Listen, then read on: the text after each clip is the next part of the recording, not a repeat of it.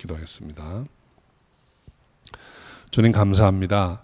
오늘도 복되고 아름다운 주님의 날 전에 부르셔서 신령과 진정으로 예배드리게 하심을 감사합니다. 오늘도 우리에게 말씀하실 때 듣고 깨닫는 역사가 있게 하시고 그 말씀에 순종하여 주님을 기쁘시게 해드리는 저희가 되게 하여 주옵소서. 감사하옵고 예수님의 이름으로 기도합니다. 아멘. 전도자 빌립이 이제 사마리아 지방에서 이제 전도를 하므로 사마리아에 있던 사람들도 이제 하나님의 은혜를 받게 되었습니다. 사도행전 1장 8절 말씀대로 이제 예루살렘으로부터 시작해서 온 유대로 사마리아로 이제 복음이 전파되어 가고, 또 이제 그 말씀대로 이제 땅 끝까지 복음이 전해져야 할 터인데, 이제 땅 끝까지 복음이 전해지는 일의 시작이 이제 오늘 본문의 말씀부터 시작되는 것입니다. 오늘 우리가 함께 읽은 말씀은 빌립이 에디오피아 사람에게 이제 복음을 전한 내용입니다. 성경에 등장하는 최초의 이제 이방인이라고도 할 수 있겠습니다. 먼저 26절 말씀 함께 읽어봅니다. 주의 사자가 빌립더로 일러 가로되 일어나서 남으로 향하여 예루살렘에서 가사로 내려가는 길까지 가라 하니 그 길은 광야라. 주의 사자가 빌립에게 이르기를 일어나서 남쪽으로 향해서 예루살렘에서 가사로 내려가는 길까지 가라, 이렇게 말씀을 하였습니다. 그래서 빌립이 주의 사자의 말씀을 순종해서 남쪽으로 내려가는 길에 에디오피아 사람을 만나게 되는데, 그 사람은 에디오피아 여왕인 간다게의 국고를 맡은 내시였다 그랬습니다. 근데 그가 예루살렘에 올라와서 아마 무슨 일을 보고 돌아가는 길이었던 것입니다. 주의 사자가라는 말은 천사가 그렇게 했다는 것이죠. 천사가 전도자 빌립으로 하여금 어디로 가야 하는지를 친히 인도하는 그런 장면입니다. 그런데 오늘 이 주의 사자의 인도함을 받아서 빌립이 만나게 되는 사람은 에디오피아 사람이에요. 당시 유대인들에게 에디오피아는 땅끝이었습니다. 그래서 지금 이 사도행전 1장 8절 말씀대로 땅끝까지 복음이 전해져야 하는데, 먼저 땅끝에서 온 사람에게 복음을 전하게 하시는 그 하나님의 역사를 우리가 보게 되는 것이죠. 이후에 보면 이제 28절에 빌립이 가서 선지자의 이사야의 글을 읽고 있다는 것을 알게 됩니다. 특히 이제 30절에 보면 빌립이 달려가서 선지자 이사야의 글 읽는 것을 듣고라고 했습니다. 빌립이 에디오피아 사람이 선지자 이사야의 글을 읽는 것을 들었다 그랬습니다. 이 들었다는 말은 이 사람이 큰 소리로 읽었다는 것이죠. 병거 가까이 가는데 이사야의 글을 읽는 것을 들었다 그랬으니까 이 사람은 큰 소리로 성경을 읽고 있었습니다. 여기에는 조금 우리가 더 생각해야 될 점들이 있어요. 여러분, 성경을 읽고 있었다는 것은 성경을 가지고 있었다는 얘기입니다. 그런데 당시에 성경을 가지고 있는 사람은 굉장히 드문 경우입니다. 그러니까 대부분은 성경을 회당에서 읽어줄 때 듣는 정도고, 유대인들은 다 성경을 암송하고 있었지 성경을 가지고 있는 경우는 굉장히 드문 경우예요. 그러니까 오늘날처럼 뭐 인쇄를 해가지고 성경을 팔던 때도 아니고, 또 필사를 한 성경은 굉장히 귀한 것이어서 아무나 가질 수 있는 게 아닙니다. 그런데 이 이방인인 에디오피아 사람이 성경을 가지고 있었다는 거예요. 그리고 이거를 읽고 있었다는 것입니다. 그것은 바로 이 에디오피아 사람이 보통 평범한 이방인은 아니었다는 것을 우리에게 보여줍니다. 이 사람은 어떤 사람이었을까요? 하나님을 경외하는 자였습니다. 당시에 이방인 중에 유대인이 되지는 않았지만, 개종을 한 것은 아니지만 여호와 하나님을 경배하고 하나님으로 알고 또 그 말씀대로 살려고 애를 썼던, 또 할 수만 있으면 예배를 드리던 그런 사람을 하나님을 경외하는 자라고 합니다. 근데 이 이방인은, 에디오피아 사람 이 내시는 그런 하나님을 경외하는 자였던 것으로 보여집니다. 그래서 아주 귀하게 성경을 가지고 있었어요. 아마도 신분이 높은 사람이어서 유대 지도자 중에 누가 선물을 했는지, 아니면 여왕의 국고를 맡은 사람이어서 아주 부유한 자라 이걸 돈 주고 샀는지 그건 모릅니다. 그런데 분명한 것은 그 귀한 성경을 가지고 있었고, 또 고향으로 돌아가는 길에 큰 소리로 이 성경을 읽었다는 것입니다. 아마도 어떤 종류의 믿음이 있었던 사람인 것으로 보여집니다. 그런데 29절에 보면 이제 성령께서 빌립에게 이르시기를 이 병거로 가까이 나아가라 이렇게 말씀을 하세요. 그 후에는 이제 빌립과 에디오피아 내시 간의 대화가 있습니다. 빌립이 성령의 음성에 순종해서 이 병거로 가까이 갔다가 그가 선지 이사의 글을 읽고 있는 것을 듣고 묻게 됩니다. 이 묻게 되는 것도 이제 성령의 감동이겠죠. 그래서 뭐라고 물었는가 하면 내가 읽고 있는 것을 깨닫느냐 이렇게 물어봐요. 그때 에디오피아 사람 내시가 가르쳐주는 사람이 없다, 지도하는 사람이 없어서 이거 무슨 말인지 잘 모르겠으니 이리로 올라오라 이렇게 말을 합니다. 그래서 빌립이 이제 병거에 올라가게 됩니다. 원래 병거라고 하는 것은 전투용 전차입니다. 전투할 때 사용하던 전차예요. 그런데 이 사람이 지금 이 에디오피아 내시가 타고 있는 병거는 전투 상황이 아닙니다. 그래서 일반적으로 여행할 때 쓰는 병거가 따로 있는데 그거는 3인용이에요. 3사람이 탑니다. 그 전차를 조종하는 마부가 있고 주인이 있고 손님 자리가 있어요. 그런데 이 에디오피아 내시가 주인 자리에 타고 있고 한 자리가 비어 있는 거예요. 그래서 빌립에게 올라오라 이렇게 말을 한 것입니다. 하나님의 아주 세심한 그 배려를 볼 수 있습니다. 빌립이 그 다가갔을 때 올라와서 나하고 이야기하자 이렇게 초청해서 앉힐 자리가 비어 있었던 거예요. 여러분, 하나님이 역사하실 때 정말 이런 세심한 배려를 다 하신다고 하는 것을 기억하시기 바랍니다. 그리하여서 이제 빌립이 에디오피아 사람 내시에게 그가 읽고 있던 이사야서 말씀의 의미를 가르쳐 주게 됩니다. 그런데 한 가지 아주 중요한 내용이 있어요. 우리 사랑하는 성도 여러분, 우리가 복음을 전한다고 하는 것, 이방인에게 복음 전한다고 하는 것은 하나님의 뜻입니다. 특별히 사도행전 1장 8절 말씀에 오직 성령이 너희에게 마시면 너희가 권능을 받고 예루살렘과 온 유대와 사마리아와 땅끝까지 이르러 내 증인이 되리라 이렇게 말씀하셨어요. 그래서 복음 전하는 것, 이방인에게 나아가서 복음 전하는 것은 하나님의 뜻입니다. 그래서 이 일에는 성령께서 아주 세심하게 구체적으로 인도하실 때가 많이 있습니다. 사도 바울도 복음을 전할 때 성령의 역사로 선교여행을 시작하게 됩니다. 그가 안디옥 교회에서 바나바와 함께 교회를 잘 이끌 때 성령께서 그들을 따로 구별하여 세우라 이렇게 말씀하시고 땅끝까지 나아가 복음 전하는 일에 저들을 보내라 이렇게 명령하셨어요. 그래서 그들이 선교여행을 시작하게 된 것입니다. 또 소아시아 지방에 있을 때에도 하나님께서 성령의 인도하심으로 그를 마게도냐로 옮기게 하시고 또 그곳에서 복음을 전하게 하세요. 한 가지 주목해야 될 것은 복음 전하는 일과 성령의 역사는 아주 불가분의 관계에 있다라는 것입니다.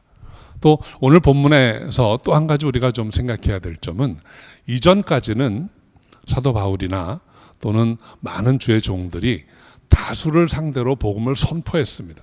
그래서 들을 사람은 듣고 또 듣고도 귀로 흘리는 사람은 흘리고 그래서 복음이 일대 다수의 형태로 전달이 됐어요. 그런데 오늘 본문부터는 1대1로 복음을 전하게 됩니다. 이 빌립이라고 하는 전도자가 에디오피아 내시 한 사람에게 복음을 전합니다. 이후에도 이제 1대1로 복음 전하는 장면이 많이 나옵니다. 우리에게 주시는 말씀이 있습니다. 여러분, 복음이 선포될 때 듣는 것은 언제나 1대1의 관계입니다. 다수에게 복음을 전하지만 그 복음을 듣고 회심하고 결신하는 것은 한 사람의 일입니다. 여러분 한 분 한 분이 복음을 듣고 회심하고 결신해서 하나님께 나아가는 그런 축복의 역사가 있기를 주 이름으로 축원합니다. 그래서 결국 전도라고 하는 것은 어떤 형태로 복음이 전해지든지 우리가 한 영혼에게 다가가서 그 영혼의 문을 두드리는 것입니다. 그리고 예수 이름의 권세를 전하는 것입니다. 그리고 이후에는 하나님께서 역사하시도록 맡기는 것입니다. 저와 여러분이 한 영혼 한 영혼에게 다가가서 복음으로 그 영혼의 문을 두드리시고 하나님께서 역사하실 수 있도록 내어드릴 수 있는 그런 축복이 있기를 바랍니다. 선교의 사역을 구체적으로 명하고 인도하는 것이 성령의 역사라고 했습니다. 그런데 이 성령께서 역사하시는 것 우리가 조금 더 한번 생각해 보려고 합니다. 우리가 살아가면서 신앙생활하면서 성령의 감동을 받을 때가 참 많이 있습니다. 그런데 이것이 정말 성령의 감동인가 하는 것을 우리가 어떻게 분별할 수 있는가 하는 것이죠. 그래서 성령께서 언제 어떤 형태로 역사하시는가 하는 것을 좀 생각해 보려고 합니다. 성령의 감동이라고 하는 것은 첫 번째로 예수가 믿어지는 역사를 일으킵니다. 그러니까 성령이 감동하시면 첫째로는 예수가 믿어집니다. 여러분 예수가 믿어진다고 하는 것은 그 안에 세 단계가 있어요. 예수가 믿어지려고 하면 첫 번째로 회개하는 역사가 있어야 됩니다. 그래서 성령이 감동하시면 제일 먼저 내 안에 회개하는 역사가 일어납니다. 내가 이제까지 잘못 살았구나. 내가 이제까지 하나님 없이도 할 수 있다고 생각했던 것이 잘못된 것이로구나 하는 것을 깨닫고 회개하게 됩니다. 그래서 예수가 그리스도라는 것이 믿어지는 거예요. 이 성령의 감동으로 한번 믿어지면 이것은 어떤 설명이나 구체적인 설득이 필요한 게 아닙니다. 성령의 감동으로 회개하게 되면 믿어집니다. 그런데 예수가 그리스도라는 것이 믿어지게 되면 이제는 전하지 않고는 견딜 수 없는 심령이 됩니다. 이것이 성령의 감동의 첫 번째 중요한 거예요. 예수가 믿어지는 역사가 일어나는 것입니다. 그래서 예수가 믿어지면 내 가까이 있는 사람 중에 아직 예수 믿지 않는 사람이 떠오르게 되고 그 사람에게 당하고 싶은 열망이 생기는 것이죠. 그리고 그에게 가서 무슨 말을 할 것인가? 그때는 성령께서 할 말을 일러 주신다는 것입니다. 이것이 성령의 감동의 첫 번째 역사입니다. 두 번째로 성령의 감동이 있게 되면 그리스도를 닮고 싶어집니다. 그리스도를 닮아가게 됩니다. 이것이 성령의 감동이에요. 성령의 감동을 그리스도를 닮아간다는 것이 무엇일까요? 성령은 하나님의 영이세요. 하나님의 심정, 하나님의 마음을 품게 된다는 것입니다. 그것을 갈라디아서 5장에서는 성령의 열매라고 표현합니다.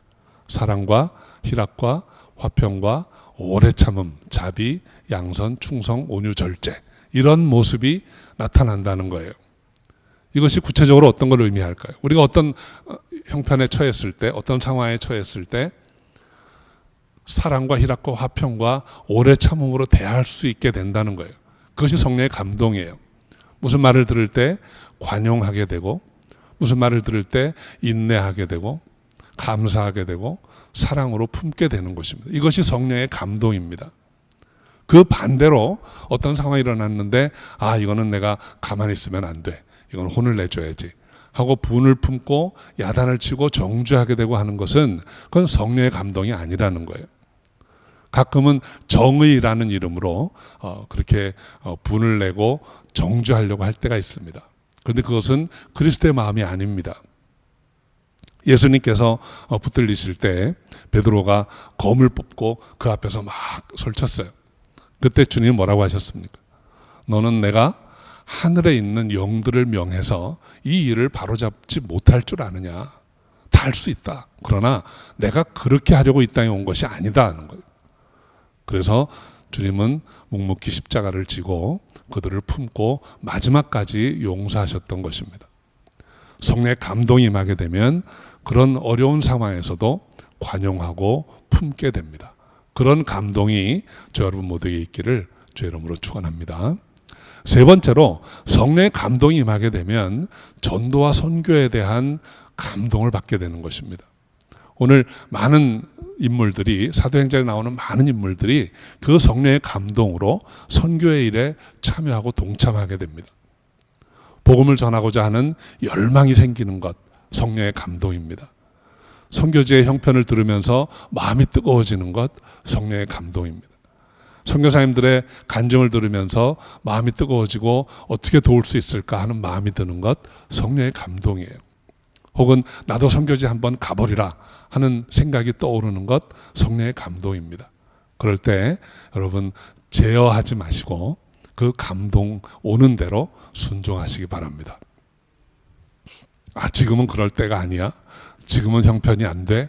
이런 생각은 자꾸 이렇게 끌어내리는 생각이에요. 여러분, 하나님이 우리에게 감동을 주실 때 그 뜻을 따르고자 할 때 하나님 모든 길을 열어주신다고 하는 거 꼭 기억하시기 바랍니다. 하나님의 뜻 안에서 그러한 성령의 감동이 있기를 바랍니다. 성령의 감동이 임하면 예수가 믿어집니다. 전하고 싶은 마음이 생깁니다. 성령의 감동이 임하면 그리스도를 닮고자 하는 열망이 생깁니다. 그리고 성령이 임하시면 선교의 뜻을 품게 되는 역사가 일어납니다. 중요한 것은 이제 그런 성령의 감동이 왔을 때 어떻게 해야 하느냐입니다. 성령의 감동은 순종으로 받아내는 것입니다. 우리가 그 감동이 왔을 때 순종할 때 역사가 일어나는 것입니다. 주께서 가라 명하실 때 그냥 내 길을 가리라 하면 성령의 역사는 일어나지 않습니다. 성령이 내게 감동을 주셨는데도 내 뜻대로 우기고 고집하고 있다 보면 아무 일도 일어나지 않습니다. 오늘 이 빌립의 경우를 보면 주의 사자의 인도하심을 따랐습니다. 그리고 성령께서 명하실 때 그 이방인의 병고로 가까이 갔습니다. 또 성령께서 감동을 주실 때 주께 주시는 말씀으로 물었습니다. 그리고 복음을 전했던 것입니다. 그래서 한 영혼을 구원하는 역사가 있었던 것이죠. 이제 빌립이 이제 간다게에게 물었던 그 질문을 한번 다시 생각해 봅니다. 30절에 보면 제일 마지막에 읽는 것을 깨닫느냐라고 질문합니다. 읽는 것을 깨닫느냐. 그런데 이 문장의 헬라어 원어를 보면 우리가 잘 쓰지 않는 구가 하나 더 들어있어요. 헬라말로 아라게라는 두 단어로 된 부사인데 이 의미는 뭐냐면 참으로, 진정으로 라고 강조하는 그런 용법입니다.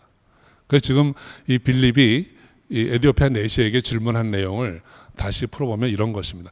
내가 읽는 것을 정말로 그 의미를 아느냐, 알고 읽고 있느냐, 지금 읽고 있는데 그 말씀이 의미하는 게 무엇인지 아느냐라고 아주 강하게 반문한 거예요.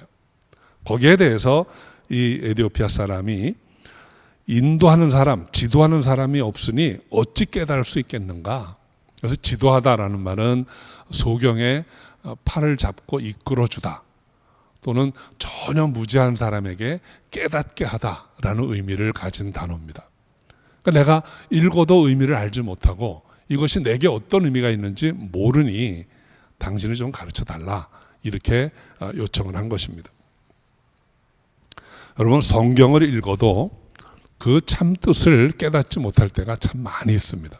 여러분, 성경을 읽으시면서 이것이 문법적으로 이게 무슨 의미인가, 이거를 모르는 분은 아마 없을 거예요. 우리가 글을 다 아니까 성경 읽을 수 있습니다.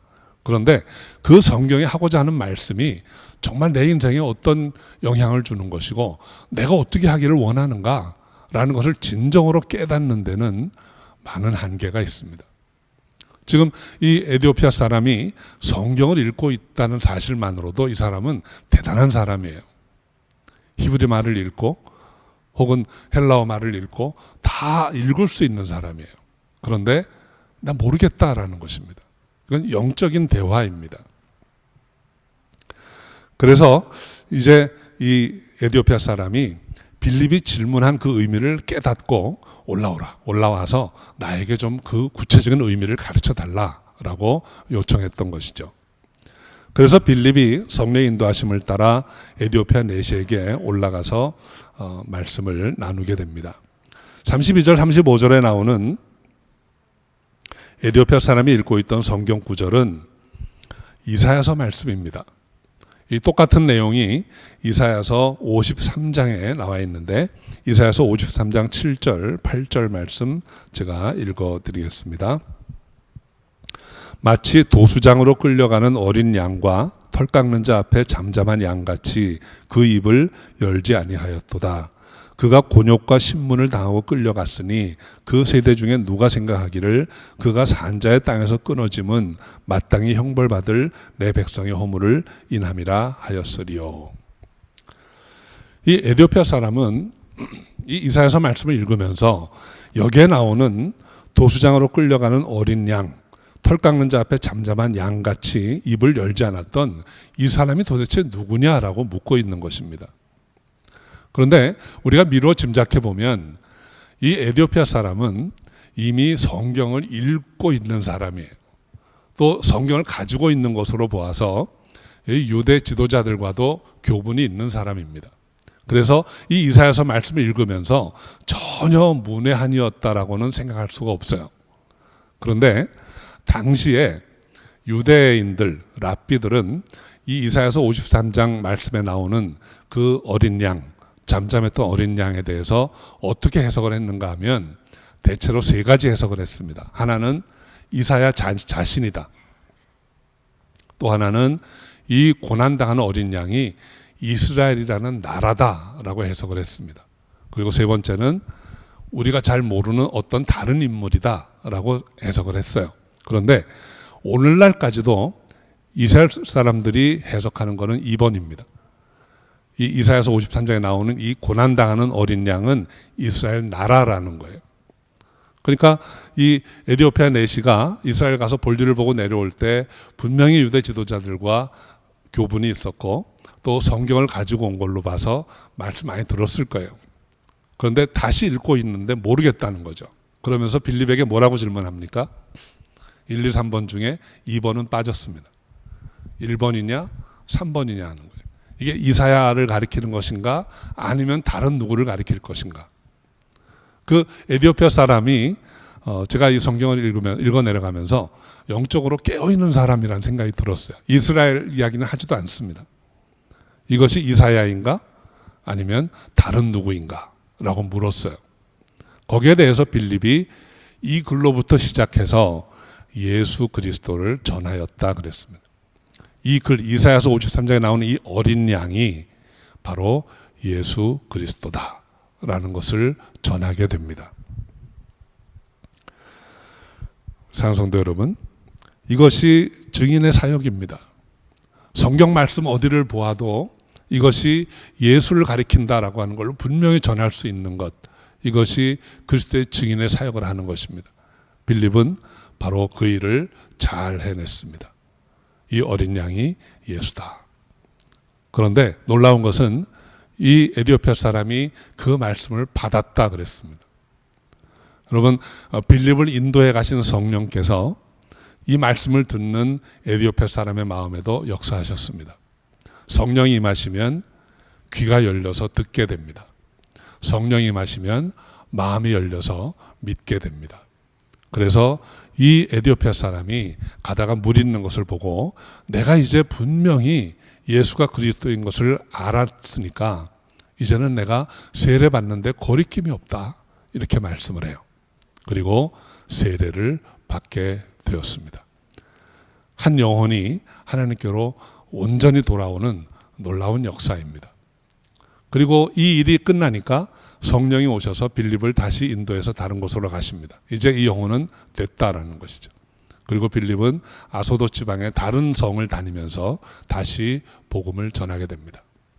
우리 사랑하는 성도 여러분, 오늘 우리가 빌립의 선교에 관한 말씀을 살펴보았는데 핵심은 중요한 것은 성령의 역사입니다.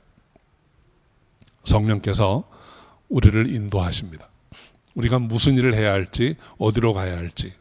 그런데 성령의 인도하심 중에 가장 귀하고 중요한 것은 복음 전하는 일입니다. 이 일을 위해서 우리를 인도해 가시고 그 인도함이 있을 때 빌립이 그런 것처럼 저와 여러분이 순종함으로 그 하나님의 뜻을 이루어 갈 수 있기를 바랍니다. 그리고 그 말씀에 순종해서 나아갈 때 우리가 전해야 될 것, 증거해야 될 것은 바로 예수는 그리스도시다라는 복음입니다. 이것이 해결이 되면 여러분 우리 삶의 모든 문제가 풀어집니다. 여러분 문제가 봉착돼 있고 막혀 있을 때 그 문제를 들여다보고 있으면 해결이 안 됩니다. 한 걸음 물러나와서 예수가 그리스도시다라는 복음 위에 하나님이 우리의 모든 문제를 풀어주시는 분이라는 사실을 기억하시고 그 하나님께 나아가시기 바랍니다. 그래서 하나님의 뜻 안에 하나님의 능력 안에서 모든 일들을 회복하여 가고 강건케 되고 형통케 되는 그런 축복이 있기를 주의 이름으로 축원합니다. 기도하겠습니다. 아버지 하나님, 감사와 찬양을 주 앞에 올려드립니다. 성령께서 우리를 감동하시고 인도하실 때 순종함으로 따르게 하여 주시고 그 뜻 안에서 모든 일을 이루어가는 저희가 되게 하여 주옵소서. 주님 함께 하신 줄 믿사옵고 살아계신 주 예수님의 이름으로 감사하며 기도하옵나이다. 아멘.